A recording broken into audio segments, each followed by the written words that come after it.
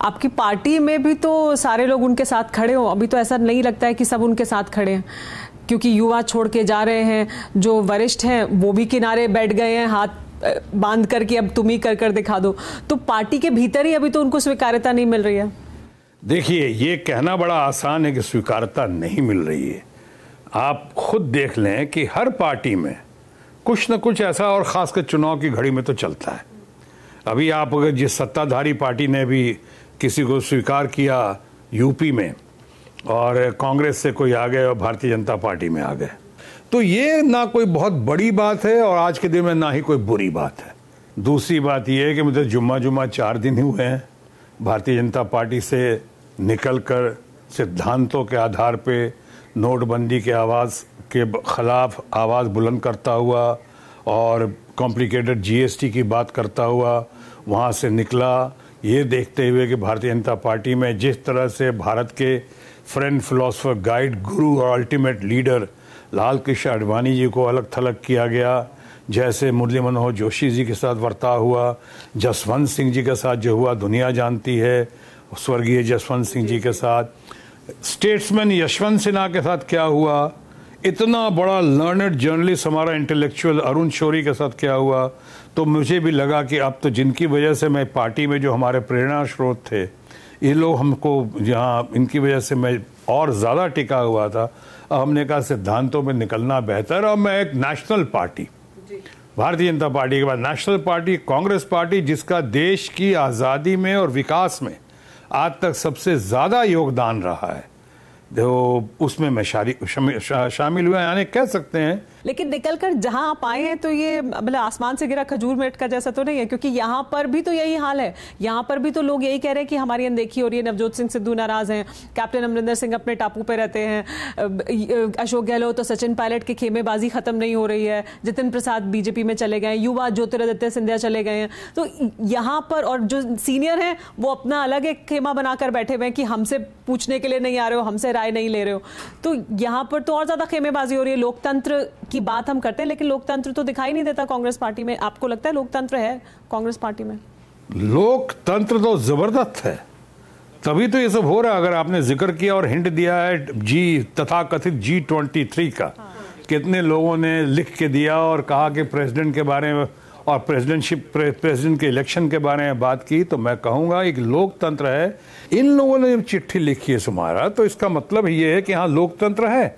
उन्होंने ये नहीं कहा है कि हमको बगावत कर रहे हैं या खिलाफत कर रहे हैं। उन्होंने कहा है कि भाई इस पे विचार होना चाहिए, और चूंकि सब विद्वान लोग हैं, एक्सपीरियंस लोग हैं, ट्राइड एंड टेस्टेड हैं, सफल लोग हैं, इनकी बातों पे गौर किया जा रहा है और गौर किया जाएगा। इनको उस चश्मे से देखना ठीक नहीं है जिस चश्मे से कहीं कोई झगड़ा या कहीं कोई लड़ाई झगड़ा या आपको भी लगता है कि जो उन्होंने कहा है सही है, विचार होना चाहिए और अध्यक्ष का चुनाव जल्द होना चाहिए? मैं कह रहा हूँ विचार तो हो रहा है, तभी तो अध्यक्ष की बात हुई है। लेकिन एक चीज और कह दूं, एक चीज साथ ही साथ, कुछ लोगों से संपूर्ण सम्मान के साथ मैं सहमति बहुत हद तक जताता हूं, लेकिन कुछ हद तक असहमति भी है कुछ जगह। कई बार लोग कह रहे हैं गांधी परिवार और गांधी परिवार और गांधी परिवार का वोट। पहली बात तो बता दो, भारत में गांधी नाम तो बहुत जबरदस्त चलता है, नोट पे चलता है और वोट में भी चलता है। गांधी से आपको नोट का चलाना हो तो गांधी नाम होना बहुत ज़रूरी है, उसी तरह से वोट्स के मामले में भी गांधी नाम चलता है। जो लोग आपके लिए वोट हासिल करते हैं, जिन्हें आप अंग्रेजी में कहते हैं वोट कैचर, जो लोग करते हैं, उनको बदलने या उनको बदलने से पहले 10 बार सोचना चाहिए। आपके जो सोशल मीडिया है, वो सोशल मीडिया पे जो आपके ट्वीट्स हैं आजकल, वो भी बड़ा चर्चा में है, तो उस तरफ भी अगर चलें। आपने एक ट्वीट किया जिसमें आपने बाद में कहा भी कि मैंने ह्यूमर के सेंस में इसको ट्वीट किया था, मजाक का एक सेंस था उसका, लेकिन उसमें कई तरह की चीजें लोगों ने पढ़ने की कोशिश की, क्योंकि आपने लिखा कि एक वो सेक्शन भी है समाज का जो दुखी है, इस बात से दुखी है कि प्रधानमंत्री नरेंद्र मोदी बेवजह उनकी वजह से ही दुखी रहता है वो। तो ऐसा बीजेपी भी कहती है कि समाज का एक बड़ा सेक्शन है ऐसा जो सिर्फ इसलिए दुखी रहता है कि नरेंद्र मोदी प्रधानमंत्री हैं और उनसे बेवजह दुखी रहते हैं।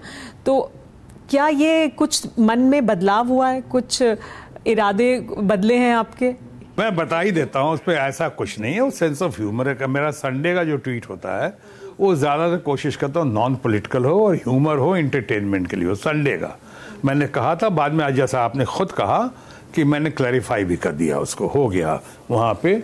और वो सिर्फ ये किसी भी प्रधानमंत्री के खिलाफ, जो कई लोग दुखी होते हैं खामोखा बगैर किसी कारण से, उसमें सिर्फ नरेंद्र मोदी की बात नहीं कर रहा, कोई भी प्रधानमंत्री हो, उससे लोग कई बार दुखी जो होते हैं तो कई बार कारण से होते हैं, ज्यादातर कारण से अभी तो हो रहे हैं, लेकिन बगैर कारण के भी कई बार। इसके अलावा भी आपने एक ट्वीट किया जिसमें आपने सरकार ने जो अपॉइंटमेंट्स किए हैं नए, उनकी तारीफ की इंडिविजुअली सबकी, कि ये सारे अच्छे अपॉइंटमेंट्स हैं, सारे सरकार ने अच्छे चयन किए हैं, यानी सरकार किसी एक दिशा में जो काम कर रही है वो अच्छा काम कर रही है, आपने उसकी भी तारीफ की।